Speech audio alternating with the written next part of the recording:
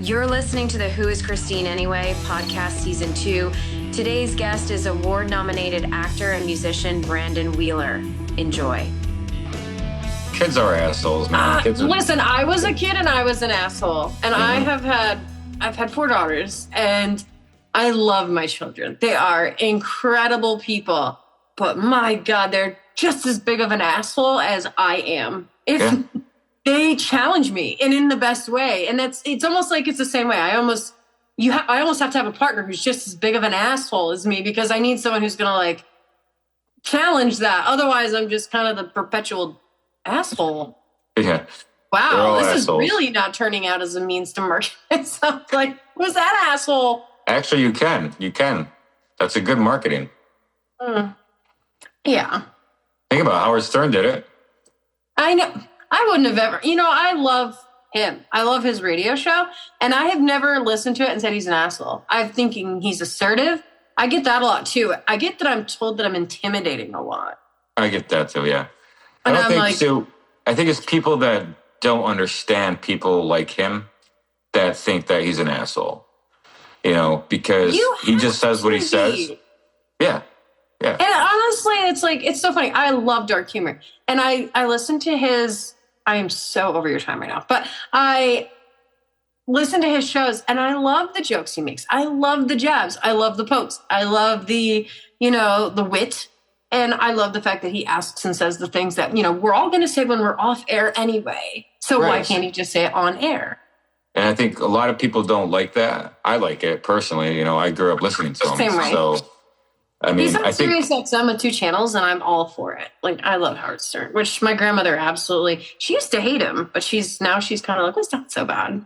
Yeah, it's just people change, and well, she's 86. So, well, she's at the cool part of life where she's just like, yeah, we're riding it, and I'm like, I can't disappoint you now. I have really missed my door. there's always time to change, and if you like I would something, have to become very straight-laced and very, I don't know. I guess that would be the exact behavior that people would be. We're very concerned about you. That would be the intervention. They're like, you haven't caused havoc in a while. We're going to have to intervene. Well, it's happening. Yeah. Somebody's wrong on the internet, Christine. Here's the keyboard. Like, no. Yeah. You can't do that. So I don't know. But this has been really great. I really, obviously keep me abreast of what's going on. I love the work you're doing. I know you're a darling. I'm sure you probably could get scary. But I can too. You've been on the other side of the stage, and I think I've been like the promoter rep here or there, or I've been working. We've worked together before, but I don't think you're scary. I think you're wonderful. And I think you're a great acquisition for staff and for many director teams. I think you're very fluid. And I think, you've already got like from this character to this character, and you have a lot. Although I would be interesting to see you in a rom-com. I would love to. You could be the bad boy. You could go for that. I totally could. I would like to. You could. Yeah. That would be interesting to add to your repertoire. So it's kind of, I don't know. I'm really excited to see where networking takes you and all these really cool things you're doing. And I look forward to cyber stalking you. That sounds so awful. No, because that's the thing is like, that means that I'm doing something right. Clearly. Aww. And I don't know. I think that, we still can do this, more. We can do more, we can do more podcasts. Yeah. I could do these all the time with you. I don't care. I love talking to you. Awesome. I love it. You're like, we could do this more. And I'm like, okay. Yeah. Because I'm always working. I'm always doing something. So, like, you could tell me, I could talk to you one day. I'm always doing something, too. So, but I think you've caught on to that. Like, when I messaged you months ago and was like, hey, I found this really random ass job. Like, I think I hadn't talked to you in years. Yeah. I was just like, here's a random ass job I found. By the way, I submitted you. Okay. Really left field. So I'm excited for you.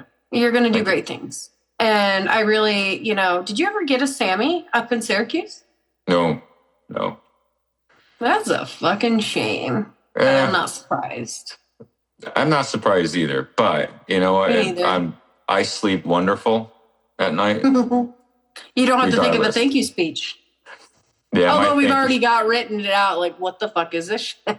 What the fuck is this shit? I don't know what I would do either for a thank you speech. I think I told you that. I'm like, I think if I can just sum it down to 5 words, I'm going to call it a day. Like, I don't.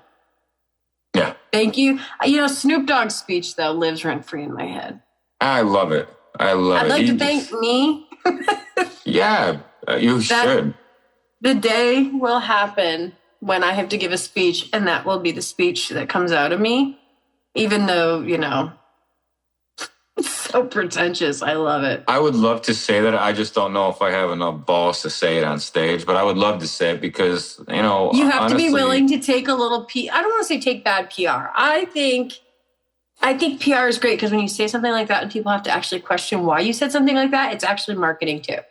Absolutely. Like if people want to know why you said that, it's like, well, I fucking work hard. Why wouldn't I? I mean, of course, you're going to be known as like the asshole, but then everybody else who knows you is like, no, they did. They really fucking worked hard and they deserved it. So, right. And you like, thank everyone else, but you know, you got yourself there. You just had the, you know, the marketing and you had the publicist and you have everything else that helped you. You had a team, but if you hadn't gotten out of bed, right. that kind of thing. And I mean, I'm really grateful for the group of people that have helped me in so many ways, and like all the people, the bands, everybody, and that I have like encountered as the years have gone on that have been wonderful. But I also really, really, really deeply want to thank the shit ones.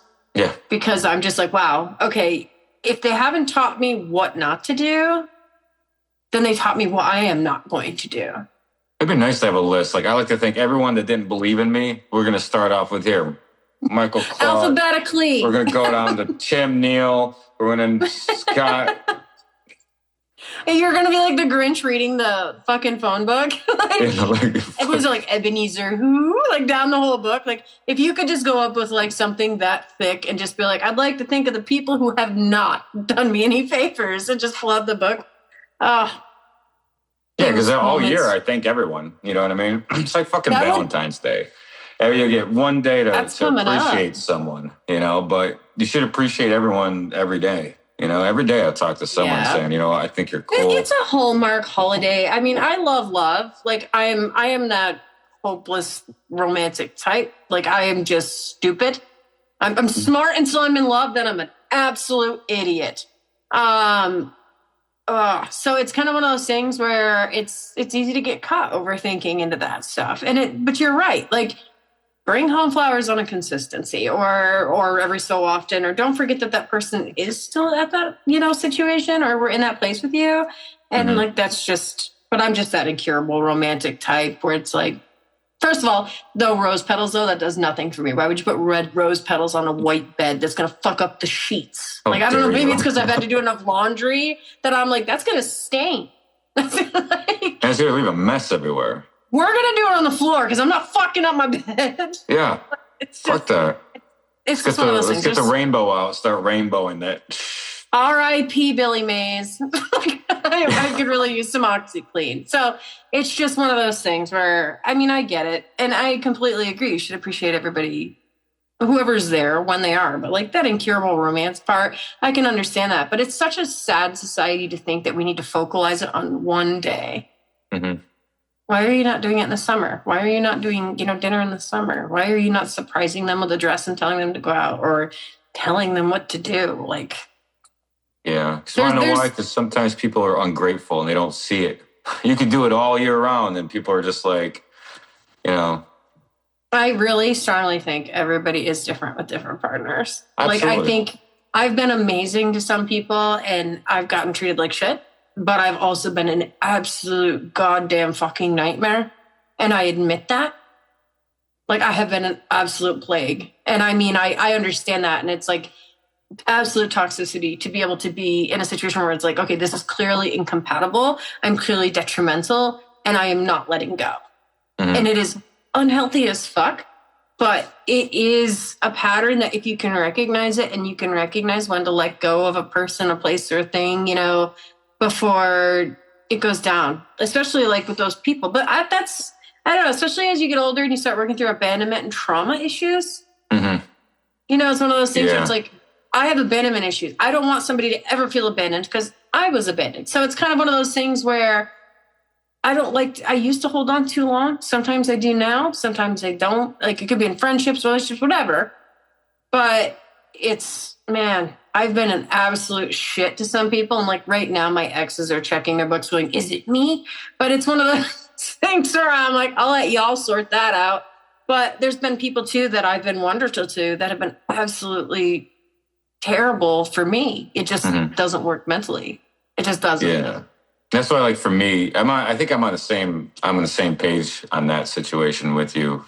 But for me, I'm just like, I pretty much tell everyone. I was like, I tell everyone starting out, I was like, look, this is me. This is who I am. This is what I do. This is what I like. These are my goals. These are my values. And you accept it or not, but I'm not going to stop doing this. I'm not going to stop doing that. And I'm still going to continue doing this. You're giving them motherfuckers the riot act. Yeah. The only thing you're doing wrong is you're not asking for that driving record. That's the only thing that's the only thing, I mean, I say it a little softer, you're like, now that we've gotten this far. Yeah. I'm going to ask you to log into dmv.org. DMV right now. Let me see that. See, I kind of have a similar but opposite issue. I can tell people everything about me. Like, this is who I am. This is what I do. This is what's expected. This is what you can expect of me. This is who I am. And a lot of them are all about it. They're like, fuck yeah, strong woman. That they want to subscribe to the intimidation package. Mm-hmm. I don't even want to call it that because I don't really see myself as intimidating-ish. I mean, I see myself as something that's a force to be reckoned with, sure. But they subscribe to it and then they get into it and they're like, okay, I can't hang. Like, this is hard. Like, you work in a male-dominated field. Dudes all the time around. They're like, you're not unattractive. So everyone's always saying, wow, you're hot. And I'm like, yeah, it's just a Facebook comment. Like, I will not be losing sleep. And it can get hard on my partners, or it can get hard on even my friends. My kids, they've even, voiced grievances. They're like, we go to school and we get told we have the hot mom. And it's like, it's incredibly uncomfortable for me to a degree. Like, I'm so sorry. But they not the kids subscribe to it, but like partners and stuff subscribe to it. It's different for me being a female because everyone likes the idea of a strong female. But when they have a strong female, it's like everyone wants the big, strong this. And then when they get it, they want the strong coffee. But when we're peeling them off the ceiling, they can't handle it anymore. Yeah. It's just like the whole, I mean, I hear some women, I kind of want to group all women, but women that I've you been can group with, us all, it's fine, everybody else does. Women that I've been with say that I want someone that's going to put me in my place, and then it's just like, I get that. Okay. And I know that whole, every woman has that blah, blah, blah fantasy. I'm not going to say that. And, every woman has that ideology of wanting that. Okay. Let me explain that. Like, as a female, I'm not speaking for every female, but there is, I am always in fucking control of my life. And I don't mean like in control, like this thing's a goddamn car out of control, but you get the point. Like, I'm doing my career. That's where I'm going. Like, I am head bitch in charge. That's how it goes. And so to have a strong male character, like, think movie wise, to have a strong male character come in, it's just kind of like, whoa, it's kind of something that's not expected. Mm-hmm. So there's a level of eroticism. I even hate to use that word, but I love that word at the same time. There's a level of eroticism in someone taking that fucking burden off of me and allowing me to be feminine while they be overtly masculine. And that is not a sexual displacement, because there are times when, I know how this works. Man is the head of the household. Yeah, well, the neck's the fucking one that turns it, and I'm the neck. So it's kind of one of those things where it's like, okay, you get your time, but when I want to do this, it's that. It's understanding masculine and feminine energies and understanding what they like and what the blend is. It's like those personality tests. Like people are like ENFP or whatever the fuck they were. Anybody who ever says that to you, and I got a hilarious story about it, but there is like BDSM tests to see what their kink is. Oh yeah. Go go, like, I would literally put that on I need your driving record and your results from this test, please. Because if you get into a situation, a lot of times they just are like, okay, well, that was fun once, but now I'm really scared. So it kind of, you have to find a partner that's going to respect you, that you can communicate well with. And, those stupid memes are always right. It's not about communication. It's about comprehension. Comprehension, absolutely. Yeah. It's comprehension. Like, I can communicate till I'm blue in the face. But until you can read me, until we can sit in a room and have a conversation without words and just kind of read each other, I don't think that comprehension's there. I should be able to have an entire conversation over a table without saying a word. And that sounds crazy, being known to be one that talks as much as I do. Outside of work and in a personal role, if my mouth shuts, the fucking subtitles are on. Like, it is, like, you can read me like a book. And it's the same with you more times than not. People, physical, the eyebrow raising, pupils dilating.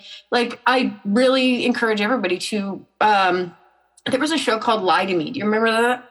I do. It was like remembering like how people's bodies react when they're telling the truth and when they're not. And there's a lot more information out about understanding body language. And I really, it's also a great way to be respectful of people overall in reading, like, because I don't like to trigger people. I don't like to traumatize people. So I like to, like, if I'm going to go ahead and start talking about something and I notice that their body language changes, like, or they pull back in their chair or they stiffen up or they're, they just tense. I notice. I'm a noticer. I'm going to see how their body is reacting. And that's probably part of the intimidation problem. Yeah. Problem in finger quotes. It's just one of those things where I'd rather be overly respectful of someone's boundaries than have to apologize. Absolutely. I like that too. Boundaries are big. For me, everyone just says like I have an intense look. So, I guess that kind of is the same for intimidating. I don't know. But boundaries have to be set. Do you mean like intense, like you just have like a stern face, like a resting bitch face, or like, because I don't even think you have that. I think you just have a very, like, you have a chiseled jawline, you have great bone structure, you just look very stoic. Does that make sense? That's a good word. I like that, stoic. Stoic. You have a very stoic go about you. Like, if you shut up, it would just be very gray. And that's where you would need someone to kind of read, is like that gray. Yep. Turns out I'm not just some dumb broad in a venue, huh? Yeah. No, and I think that's where this, people do stereotype a lot of others as well, and in general in the world, they always are just. I love people. That is like one of the biggest misconceptions. People are like, "Well, you're an asshole." It's the same thing with like Howard Stern. I'm like, Howard Stern loves people. He said people of all walks of life, and it's the same thing where I'm not, trying to idolize or become Howard Stern, but I will sit down with someone who has a complete different political opinion and I want to hear them. It doesn't mean I agree with them. Right.